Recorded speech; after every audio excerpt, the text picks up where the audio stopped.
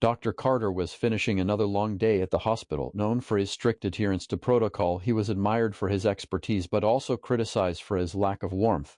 Just as he grabbed his coat to leave, a nurse rushed in, her face full of urgency. "Doctor, there's a walk-in patient. She's in bad shape," she said nervously. Dr. Carter sighed. "Does she have her ID or paperwork?" The nurse shook her head. "No, but I think you should take a look. She seems, off." Reluctantly, he followed her to the waiting area where a young woman sat slumped in a chair. Her clothes were torn, her hands trembled, and her face was pale. She didn't meet his eyes when he spoke. "What's wrong with you?" he asked, his tone clinical. The woman mumbled something unintelligible, her voice weak.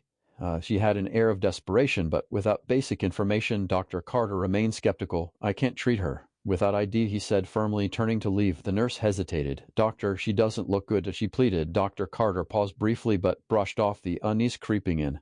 As he walked away, a loud thud stopped him. The woman had collapsed on the floor, clutching her chest. Instinctively, he turned back, unable to ignore the gravity of the situation.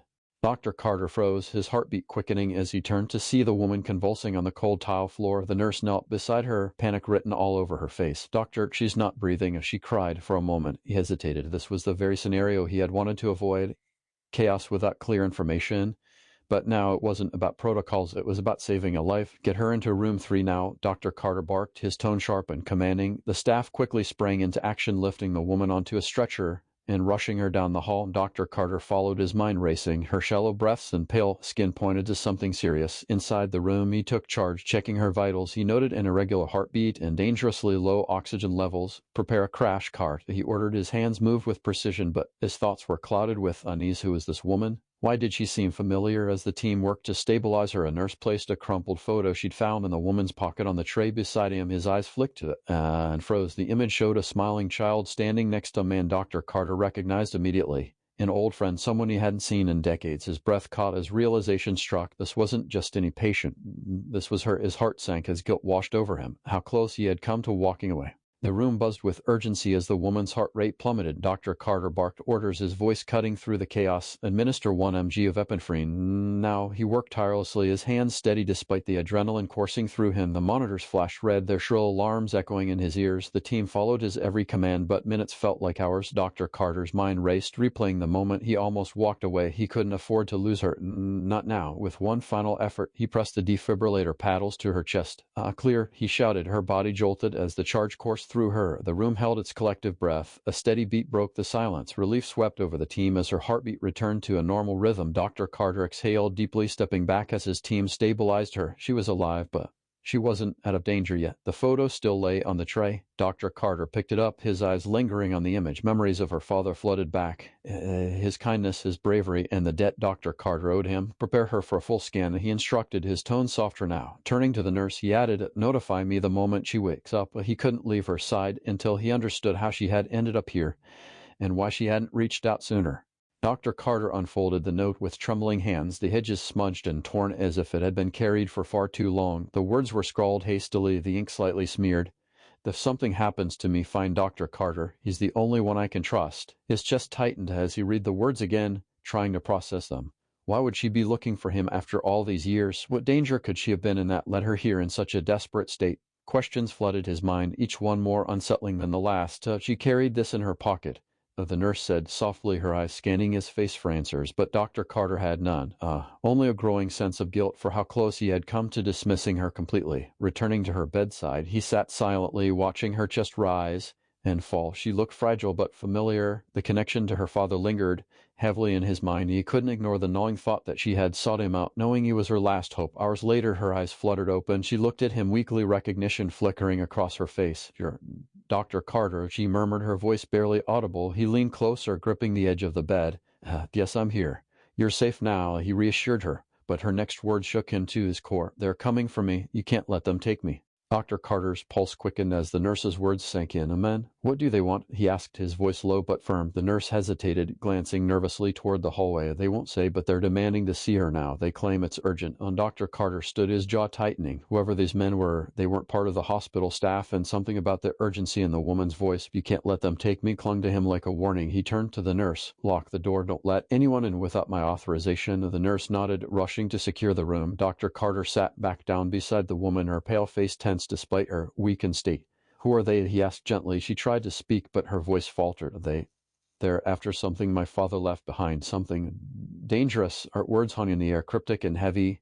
Carter's mind raced. Her father had been a kind, brave man, but the details of his life beyond their brief friendship were sparse. What could he have left behind that would lead to this? The loud knock on the door interrupted his thoughts, followed by a deep voice calling out, Dr. Carter, we know she's in there. Open the door or we'll be forced to take action. Carter glanced at the woman. Fear flashed in her eyes as she gripped his hand. Please don't let them take me out, she whispered, her voice trembling. Dr. Carter's mind raced as the knock on the door grew more insistent. The men outside weren't going away, their tone sharper with every demand.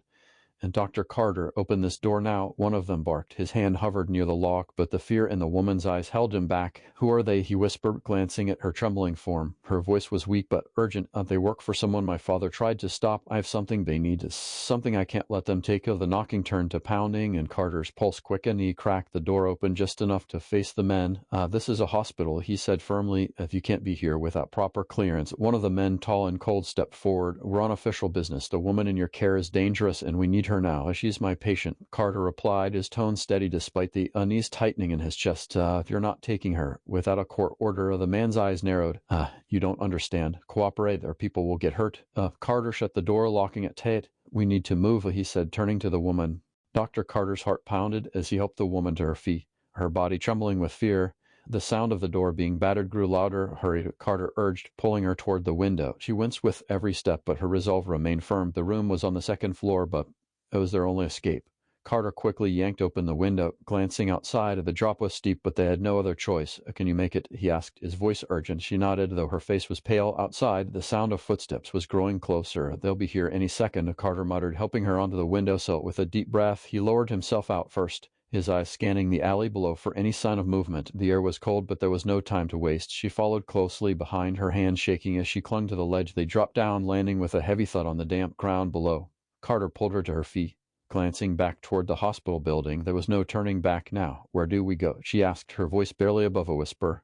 Carter scanned the area. We need to get to the old cabin outside town. It's the only safe place. Dr. Carter and the woman hurried through the dark streets, the chill of the night air biting at their skin. The distant of engines was growing louder, confirming that they were being pursued. Carter's mind raced. He had no idea how far behind the men were, but he couldn't afford to slow down. Keep moving, he urged, glancing over his shoulder. The alleyways and side streets would help, but they couldn't stay hidden forever. The woman stumbled, her strength waning. Carter caught her just in time, holding her steady. We're almost there, just a little longer. Her eyes filled with fear and exhaustion met his. Why are they after me? What does this have to do with my father? I don't know yet, Carter admitted, but whatever it is, they'll stop at nothing to get it. They reached the edge of town where the trees thickened into the dense woods. Carter had always trusted the old cabin to provide shelter, but he knew it was only a temporary refuge. The cabin was secluded, but it was far from impenetrable. As they approached the cabin, the sound of approaching vehicles grew louder.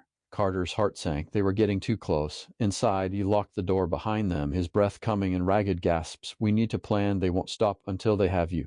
Inside the cabin, the dim light flickered as Dr. Carter kneeled beside the woman, trying to steady her breath. She was pale, her body trembling from both exhaustion and fear. The silence of the woods surrounding them felt almost suffocating, but the distant sound of vehicles and footsteps closing and reminded him that their safety was fleeting. We can't stay here long, Carter said, his voice grim. We need to figure out what they're after and how we can stop them.